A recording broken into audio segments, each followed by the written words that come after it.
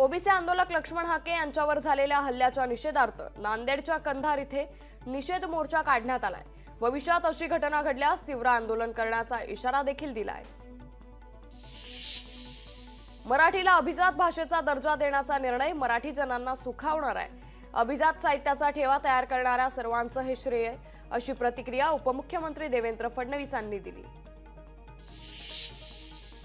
मंत्रालयातील प्रकारानंतर राज ठाकरेंनी ट्विटमधून जोरदार टीका केली आहे। महाराष्ट्राच्या राजकारणाची सर्कस करून ठेवली, पोरके चाळे करणाऱ्यांना धक्का देण्याची मतदारांना संधी आहे, असं राज ठाकरे म्हणालेत। गद्दारी केलेल्या कोणत्याही नेत्याला शिवसेना ठाकरे गटाचे दरवाजे उघडले जाणार नाहीत। गद्दारांना थारा नाही, निष्ठावंतांच्या जोरावर मशाल महाराष्ट्रात पेटेल, असं वक्तव्य माजी खासदार विनायक राऊतांनी शिवसेना पक्ष प्रवेशाबाबत केलंय।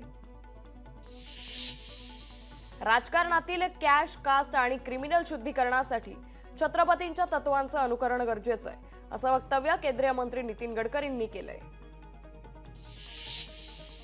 महाविकास आघाडीमध्ये इनकमिंग सुरू असून शिवसेना उद्धव बाळासाहेब ठाकरे पक्षात सुद्धा मोठ्या प्रमाणात इनकमिंग होतंय।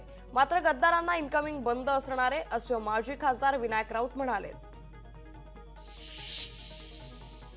नवरात्री निमित्त राज्य सरकारनं मोठा निर्णय घेतलाय। नवरात्रीच्या शेवटच्या 3 दिवसांसाठी वेळ वाढवला असून कार्यक्रम रात्री 12 वाजेपर्यंत सुरू ठेवता येणार आहे।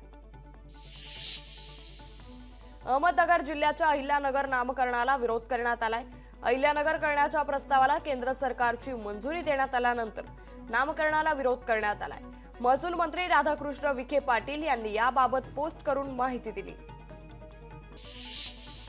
स्वराज्य पक्षातील छत्रपती संभाजीराजेंनी 2 जणांवर महत्त्वाची जबाबदारी दिली आहे। पक्षाची अधिकृत भूमिका मांडण्यासाठी धनंजय जाधव आणि अंकुश कदम यांची नियुक्ती करण्यात आली आहे।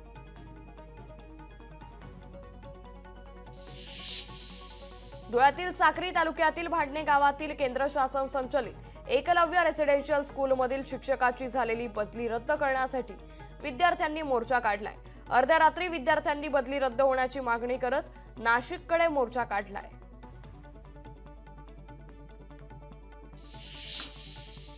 मुख्यमंत्री एकनाथ शिंदेंनी चौक इथे इर्षावाडीतील दरोडग्रस्तांसाठी बांधण्यात येणाऱ्या घरांची पाहणी केली। घरं अंतिम टप्प्यात असून आचारसंहितेपूर्वी घरांचा ताबा दिला जाईल, असं आश्वासन मुख्यमंत्र्यांनी दिलंय।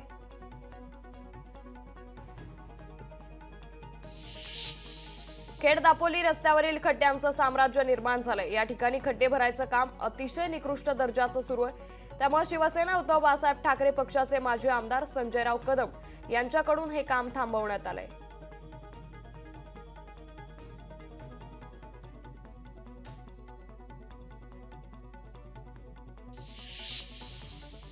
भाजप नेते तथा तत्कालीन केंद्रीय अर्थ राज्यमंत्री डॉक्टर भागवत कराड यांनी संसदेत मराठी भाषेला अभिजात दर्जा मिळावा यासाठी मराठीतून मागणी केली होती। ती अखेर मराठी भाषेला अभिजात दर्जा मिळाल्यानंतर डॉक्टर भागवत कराड यांचा व्हिडिओ सोशल मीडियावर व्हायरल होतोय। महायुतीचे भ्रष्ट सरकार आहे, ज्या भ्रष्ट मार्गाने ते आलेले आहेत ते घालवणं महाराष्ट्रासाठी आणि भविष्य काळासाठी गरजेचं आहे। त्यामुळे आमच्यासाठी कोण छोटा कोण मोठा हा प्रश्न दुय्यम आहे, असं बाळासाहेब थोरात म्हणाले।